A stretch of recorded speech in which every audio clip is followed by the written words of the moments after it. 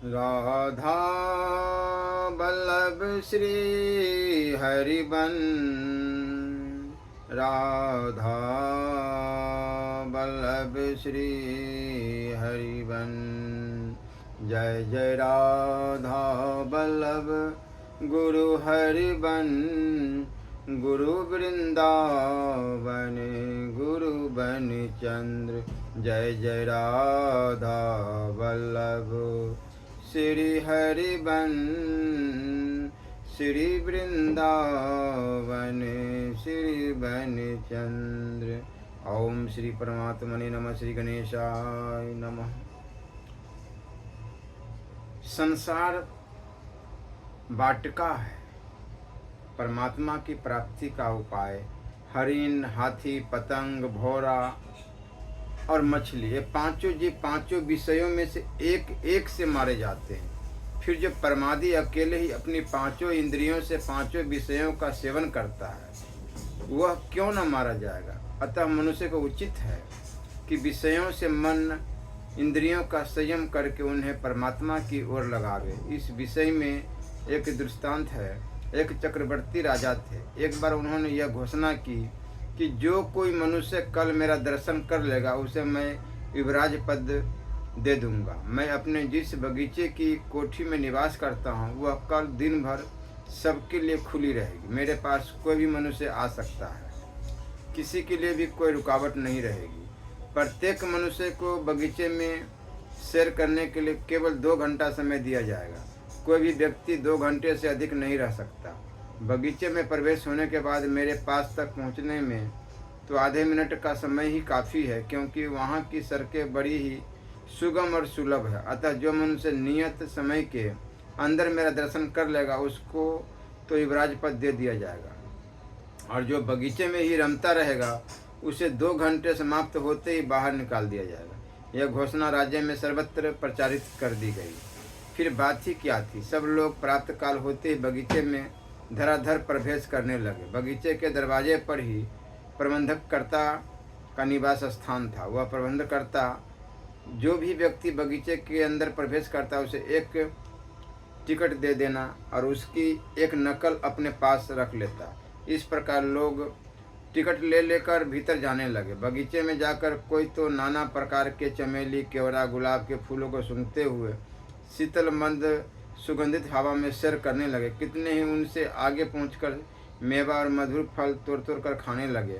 कितने ही उनसे भी आगे जाकर सर्कस, बायोस्कोप, सिनेमा, अजायब घर, खेल तमाशे आदि को तथा रत्नों की ढेरियों और सोने चांदी के नाना प्रकार के सिक्कों को एवं और भी अनेक प्रकार के पहले कभी न देखे हुए पदार्थों को देखने लगे।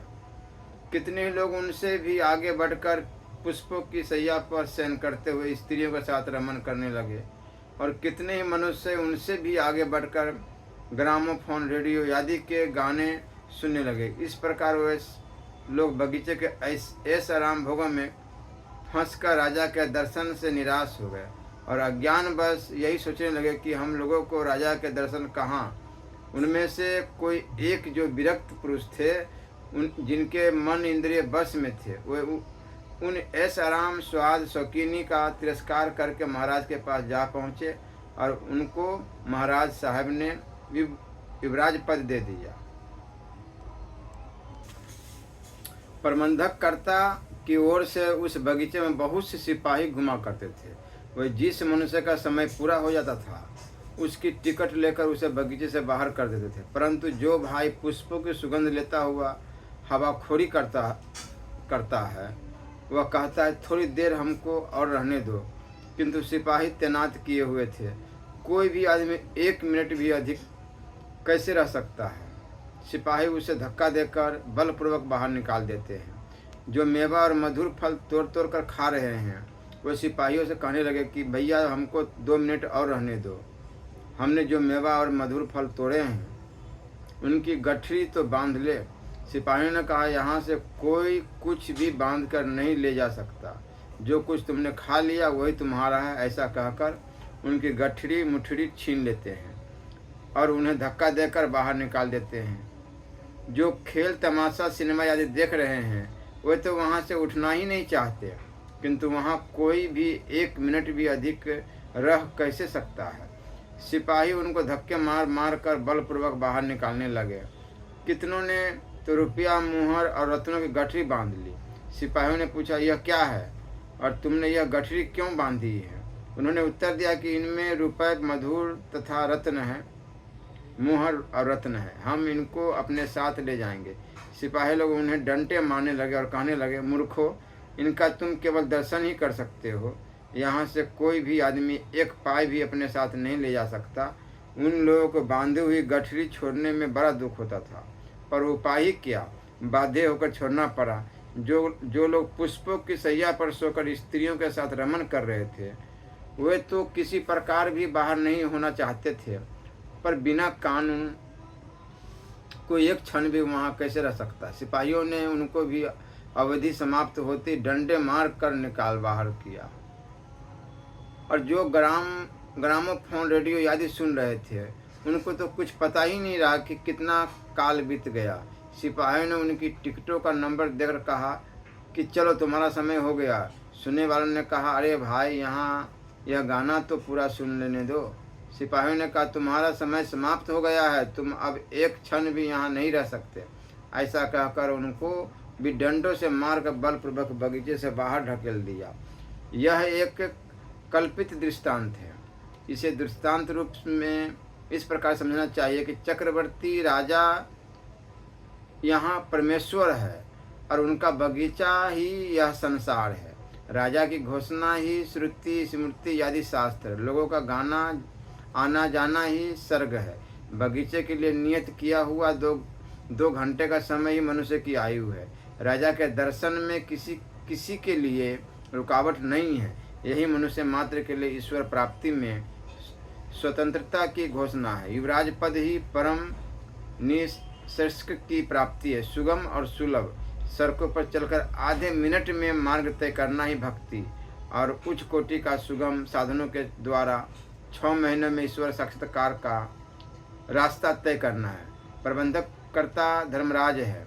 टिकट देना ही आयु देना है।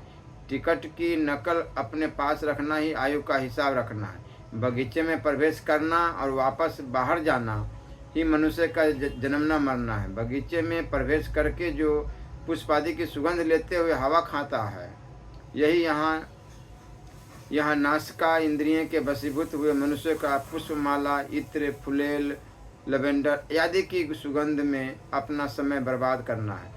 बगीचे में जो मेवा और मधुर फलों का खाना है, वही यहाँ जिह्वा इंद्रियों के वशीभूत हुए मनुष्य का भोजनादि के रस स्वाद में समय व्यय करना है। बगीचे में खेल तमाशे आदि को देखना ही यहाँ नेत्र इंद्रिय के वशीभूत हुए मनुष्य का नाशवान क्षणभंगुर आश्चर्य में पदार्थों को देखकर अपने अमूल्य समय को नष्ट करना है। बगीचे में स्त्रियों के साथ पुष्पों की सैया पर रमन करना यदि ही यहाँ स्पर्श इंद्रियों के वशीभूत हुए मनुष्य का स्पर्शादि द्वारा स्पर्श करने योग्य नाशवान क्षणभंगुर पदार्थों का उपभोग करके अपने जीवन को खतरे में डालना है। बगीचे में ग्रामोफोन रेडियो आदि का सुनना ही यहाँ कर्ण इंद्रिय वशीभूत हुए मनुष्य का रस की बातों को सुनकर अपने जीवन के अमूल्य समय को बेकार नष्ट करना है।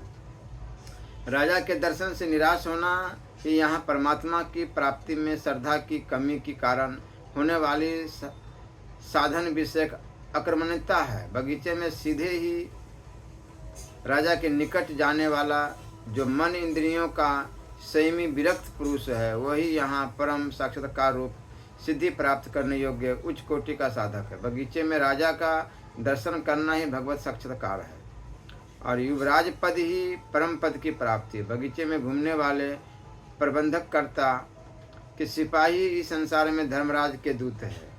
टिकट की अवधि शेष होना ही यहाँ मनुष्य की आयु की समाप्ति है। बगीचे से लोगों को बाहर कर देना ही यहाँ मनुष्य को यमराज के हवाले कर देना है। बगीचे में फलों की और रुपयों की गठरी बांधना यहाँ मरने के समय अज्ञान और स्नेह के कारण धन आदि पदार्थों का संग्रह करना है। इच्छा न होने पर भी उनको सिपाहियों को डंडे और धक्के मारकर बलपूर्वक बाहर निकाल देना ही यहाँ मरने की इच्छा न होने पर भी यमदूतों का बलात् यंत्रण देते हुए यम के द्वार ले जाना है। बगीचे से मेवा, फल, रुपए आदि कोई भी पदार्थ साथ में नहीं ले जा सकता ही। इस संसार के मेवा, मिष्ठान, धन, स्त्री, पुत्र आदि पदार्थों को यहीं छोड़कर जाना है, क्योंकि इस संसार की कोई भी किंचन मात्र भी वस्तु किसी भी प्रकार न तो आज के पहले किसी के साथ गई और न जा सकती है। इसलिए इन नाशवान क्षणभंगुर पदार्थों से और विषयों से वैराग्य पूर्वक मन इंद्रियों को हटाकर परमात्मा में लगाना चाहिए। अद्वैत सिद्धांत की प्राचीन अर्वाचीन प्रणाली के अनुसार अंतकरण के मल, विक्षेप और आवरण ये 3 दोष माने गए हैं। उनमें मल दोष के नाश का उपाय कर्म योग अर्थात निष्काम भाव से यज्ञ, दान, तप, सेवा, पूजा आदि कर्मों करना बतलाया गया। इससे मल दोष का नाश होकर अंतकरण की शुद्धि हो जाती है। कितने ही सज्जन भगवत नाम जप को ही तत्काल अंतकरण की शुद्धि का मुख्य कारण बतलाते हैं। वास्तव में ये दोनों ही बातें ठीक है। अंतकरण शुद्ध होने के बाद विक्षेप दोष के नाश के लिए परमात्मा का ध्यान तथा आवरण दोष के नाश के लिए सत्पुरुषों का संग और सत्य शास्त्रों का अनुशीलन ही प्रधान उपाय बतलाया गया है। इससे यह सिद्ध हुआ कि प्रथम निष्काम कर्म, उसके बाद उपासना और फिर सत्पुरुषों का संग करके तत्व ज्ञान को प्राप्त करना ही मनुष्य का कर्तव्य है। अद्वैत सिद्धांत के अनुसार मनुष्य को मुक्ति का अधिकारी बनने के लिए साधन चतुष्य का अनुष्ठान करना चाहिए।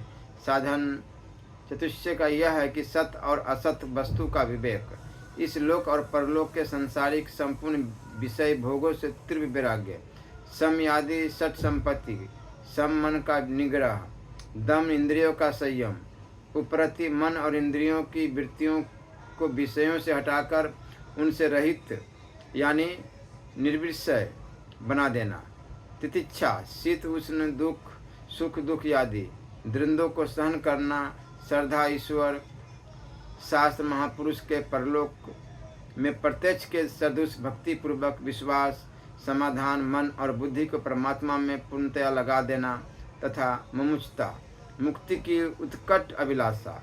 साधन चतुष्टय के संपन्न होने पर जिज्ञासु को श्रवण, मनन और निधिध्यासन के द्वारा परमात्म तत्व साक्षात्कार करना चाहिए। विनित भाव से तत्वदर्शी महापुरुषों के पास जाकर परमात्मा की तत्व ज्ञान विषयक बातों को सुनना श्रवण है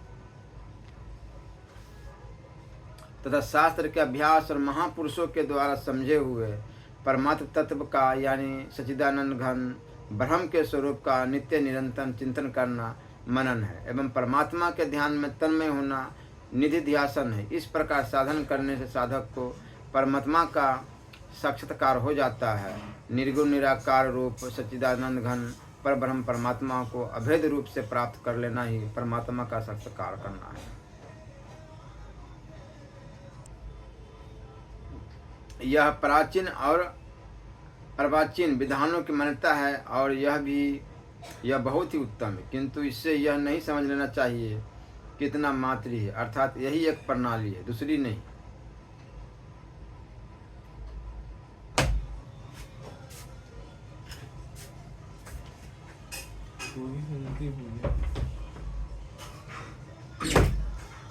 केवल निष्काम कर्म से और केवल उपासना यानी ईश्वर की भक्ति से भी मनुष्य सहज ही परमात्मा को प्राप्त कर सकता है तथा इस कली काल में तो योग और ज्ञान की अपेक्षा भी ईश्वर की भक्ति का मार्ग सर्वसाधारण के लिए अधिक सुगम और सुलभ है। भगवान ने गीता में कर्मयोग निष्काम कर्म से स्वतंत्रता पूर्वक अपनी प्राप्ति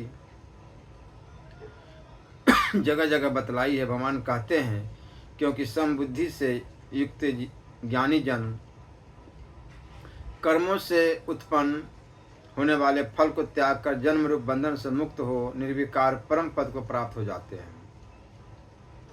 इसलिए तू निरंतर आसक्ति से रहित होकर सदा कर्तव्य कर्म को भली भांति करता रह, क्योंकि आसक्ति से रहित होकर कर्म करता हुआ मनुष्य परमात्मा को प्राप्त हो जाता है। कर्मयोगी कर्मों के फल का त्याग करके भगवत प्राप्ति रूप शांति को प्राप्त होता है और सकाम पुरुष कामना की प्रेरणा से फल में आसक्त होकर बंधता है। मम्र को न जानकर किए हुए अभ्यास से ज्ञान श्रेष्ठ है। ज्ञान से मुझ परमेश्वर के स्वरूप का ध्यान श्रेष्ठ है, और ध्यान से भी सब कर्मों के फल का त्याग श्रेष्ठ है, क्योंकि त्याग से तत्काल ही परम शांति होती है। इसके सिवा जिस प्रकार ज्ञान योग को परमात्मा की प्राप्ति का स्वतंत्र साधन बताया है, उसी प्रकार कर्म योग को भी परमात्मा की प्राप्ति का स्वतंत्र साधन बताया। भगवान कहते हैं कि संन्यास और कर्म योग को मूर्ख लोग पृथक पृथक फल देने वाले कहते हैं, न कि पंडित जन, क्योंकि दोनों में से एक में भी समय प्रकार से इष्ट पुरुष दोनों के फल रूप परमात्मा को प्राप्त होता है। ज्ञान योगियों द्वारा जो परम धाम प्राप्त किया जाता है, कर्म योगियों द्वारा भी वही प्राप्त किया जाता है। इसलिए जो पुरुष ज्ञान योग और कर्म योग के फल रूप में एक देखता है, वही यथार्थ देखता है। निष्काम भाव से कर्मयोग का साधन करते करते अंतकरण की शुद्धि होकर अपने आप ही उसे परमात्मा का यथार्थ ज्ञान हो जाता है। उसके लिए किसी अन्य साधन की आवश्यकता नहीं है। भगवान कहते हैं, न ही ज्ञानेन सदृशम पवित्रमिहि विदिते तत् स्वयं योग ससिद्धि कालन नात्मानि विदन्ति। इस संसार में ज्ञान के समान पवित्र करने वाला निस्संदेह कुछ भी नहीं है। उस ज्ञान को कितने काल से कर्मयोग के द्वारा शुद्धांतकरण हुआ मनुष्य अपने आप ही आत्मा में पा लेता है। जब निष्काम भाव से कर्म करने से ही मनुष्य परम पद को प्राप्त हो जाता है, तब फिर भगवान की भक्ति करने वाला पुरुष भगवान की कृपा से परम पद को प्राप्त हो जाए। इसमें तो कहना ही क्या है। गीता, रामायण, भागवत, महाभारत आदि समस्त शास्त्र स्थान स्थान पर इसकी घोषणा कर रहे हैं। स्वयं भगवान ने गीता में जगह जगह केवल अपनी भक्ति से परम गति की प्राप्ति बतलाई है। देवी हृषा गुणमय मम माया दुरत्या मामे ये प्रपंदते माया में तहाँ तरंती ते। यह अलौकिक अर्थात अति अद्भुत त्रिगुणमय मेरी माया बड़ी दुष्कर है, परंतु जो पुरुष केवल मुझको ही निरंतर भजते हैं वो इस माया का उल्लंघन कर जाते हैं, अर्थात संसार से तर जाते हैं। हे अर्जुन, जो पुरुष मुझ में अनिश्चित होकर सदा ही निरंतर मुझ पुरुषोत्तम को स्मरण करता है, उस नित्य निरंतर मुझ में युक्त हुए योगी के लिए मैं सुलभ हूँ, अर्थात उसे सहज ही प्राप्त हो जाता है। मुझ में मन वाला हो, मेरा भक्त बन, मेरा पूजन करने वाला हो, मुझको प्रणाम कर, इस प्रकार आत्मा को मुझ में नियुक्त करके मेरे प्राण होकर तू मुझको ही प्राप्त होगा।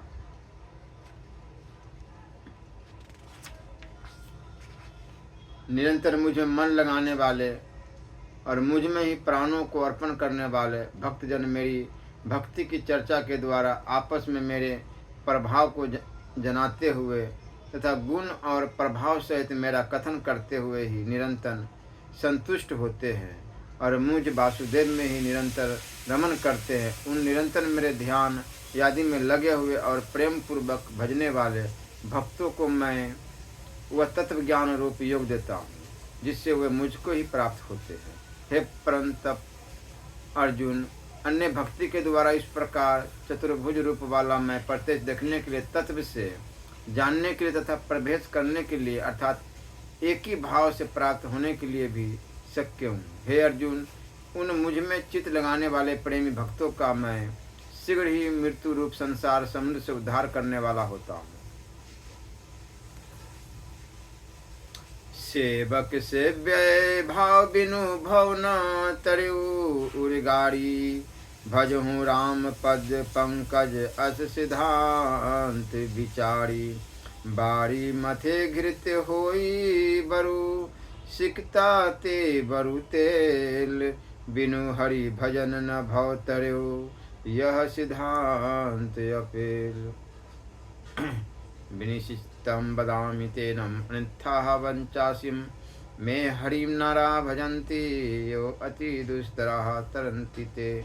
मैं अपने भली भांति निश्चय किया हुआ सिद्धांत कहता हूँ, मेरे वचन अन्यथा मिथ्या नहीं है कि जो मनुष्य श्री हरि का भजन करते हैं वे अत्यंत दुष्कर संसार सागर को सहज ही पार कर जाते। इसलिए हर समय नाम जप, कीर्तन, नाम, राधा राधा राधा राधा राधा राधे कृष्ण। जिस मनुष्य ने भगवान वासुदेव का आश्रय लिया है और जो उन्हीं के परायण है, उसका अंतकरण सर्वथा शुद्ध हो जाता है एवं वह सनातन ब्रह्म को प्राप्त हो जाता है। श्री भागवत में भगवान श्री कृष्ण भक्त उद्धव से कहते हैं कि हे उद्धव, मेरी कभी न घटने वाली भक्ति से वह मेरा भक्त संपूर्ण लोकों के महान ईश्वर, सबकी उत्पत्ति और प्रलय का अधिष्ठान तथा कारण स्वरूप मुझ ब्रह्म को प्राप्त हो जाता है। मेरा भक्त स्वर्ग, अपवर्ग, मेरा परम धाम अथवा कोई भी वस्तु यदि चाहे तो उसे वह सब कुछ मेरे भक्ति योग के प्रभाव से अनायास ही प्राप्त हो जाता है। इस प्रकार जो लोग मेरे द्वारा इस अध्याय में बतलाए हुए भक्ति के मार्गों का आश्रय लेते हैं, वह परम कल्याण स्वरूप मेरे धाम को प्राप्त होते हैं, क्योंकि वो परब्रह्म तत्व को जान लेते हैं। इस प्रकार शास्त्रों में अनेकों श्लोक है, किंतु लेख का कोई माने तभी तो इस संसार में फंस करके इंसान संसार को ही सब कुछ समझता है। हरि का नाम जपने में बहुत सारे लोग संतों का भी मजाक उड़ाते हैं कि पाखंडी है तो झूठे हैं तो ये है वो है। मैं इतना कह सकता हूँ कि जिसे अर्थ का लोभ है,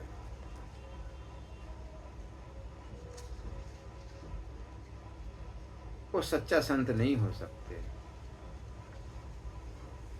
कलयुग में थोड़े से प्रयास से धर्म सिद्ध हो जाता है। अन्य युगों में जो काम, ध्यान, यज्ञ एवं पूजा से होता था, वो कलयुग में केवल भगवत नाम से हो जाता है। इसलिए गोस्वामी तुलसीदास जी महाराज शास्त्र वचनों का अनुवाद करते हुए कहते हैं, कलियुग सम युग आन नहीं, जो नर कर विश्वास, गाई राम गुण गण विमल भव, तर बिन ही प्रयास। काम, क्रोध और लोभ ये आत्मा का नाश करने वाले अर्थात उसको अधोगति में ले जाने वाले 3 प्रकार के नरक के द्वार है। श्री राधा वल्लभ लाल की जय।